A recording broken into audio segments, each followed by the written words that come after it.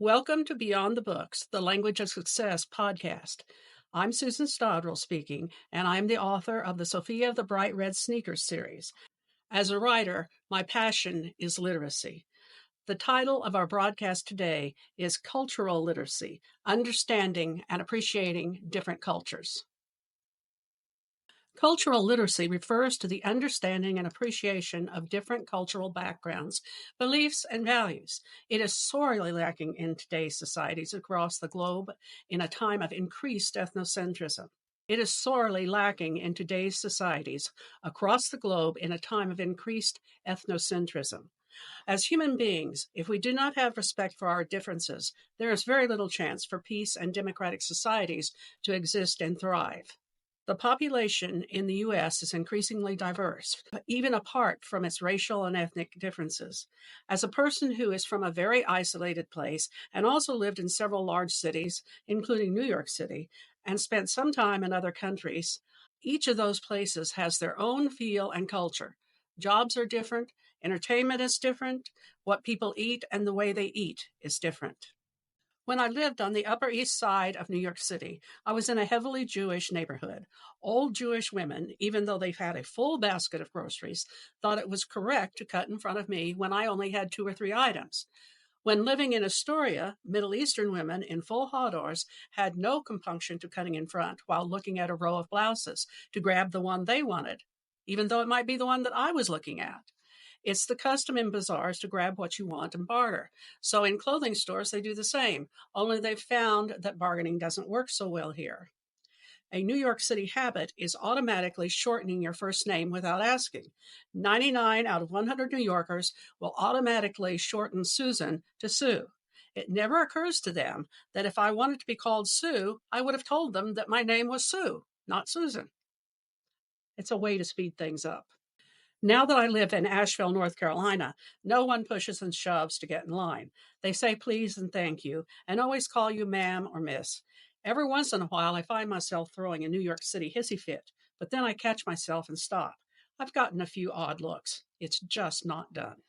Cultural literacy involves knowing which side of the sidewalk to walk on, how to address strangers, which can vary tremendously from culture to culture. In Rome, the pedestrian always has the right-of-way. You don't stand and wait for the light to change. You walk out into the traffic and cross the street, and the cars come to a screeching halt. All across the world, there are different cultural traditions. Such as in India and the UK, people drive down the left side of the road and walk on the left side of the sidewalk. When eating, Indians eat with their hands, and of course, in the US, we eat with spoons and forks. In the Middle East, people never accept any food or eat it with their left hand. It is considered unhygienic. In Japan, it is proper to slurp your soup or noodles, while in Thailand, you use your fork to put the noodles in a large spoon and eat from the spoon. In Chile, you eat nothing with your hands, not even a French fry or a chicken drumstick. You must use a knife, spoon, and fork. You are probably beginning to see that even just the topic of eating or which side of the street to walk on becomes a very distinct cultural literacy. One thing I have learned about cultural literacy is that almost every individual culture believes that their way is right. The small town that I'm from in southwestern Kansas was very ethnocentric when I was growing up. About the only cultural differences were whether you were a Protestant or a Catholic. There was one political party, Republican.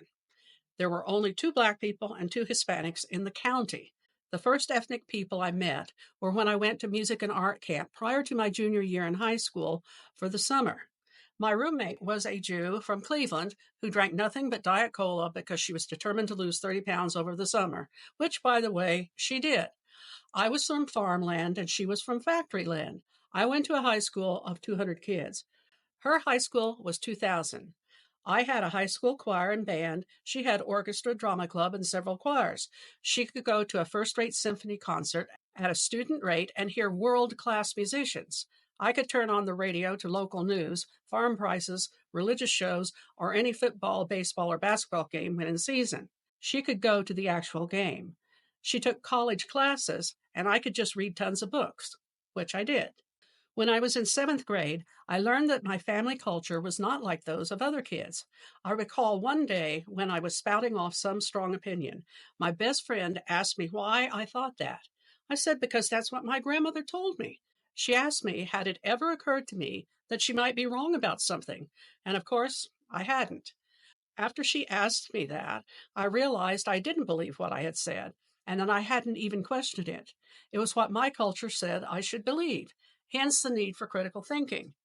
My grandmother had an opinion with a capital O and quotes. There was no questioning what she said was valid. Conformity was the answer to all disagreements. Cultural literacy means being able to understand the traditions, regular activities, and history of a group of people from a given culture. If you come into contact with these traditions, activities, and history in cultural spaces like museums, galleries, and performance areas, you may make them a part of your life as well as someone else's culture. Our culture determines how we live. It includes our language, arts, science, beliefs, and practices, and how we perceive our own environment. It involves such things as family structure, gender roles, politics, economic status, education, poverty, sports, customs, and foods. Becoming culturally literate is the only way to understand, talk to, and interact with people from diverse backgrounds that are most likely very different from your own. Learning about other cultures could include their history, famous historical figures, reading their literature, and what their artistic cultures involve. What does their music sound like? And what are their styles of movies? What are their significant events and traditions within their culture? Examine all the different national celebrations and special days from culture to culture. What makes someone culturally literate? Cultivating an open and empathetic mindset toward different cultural practices and beliefs, continually making the effort to learn and be exposed to diverse cultures and engage in meaningful cultural exchanges. Beyond the Books, The Language of Success can be located at https://susanstotterl.net/podcast or https://youtube/channel/@writer_Susan Stotterl on the second and fourth Tuesday of each month.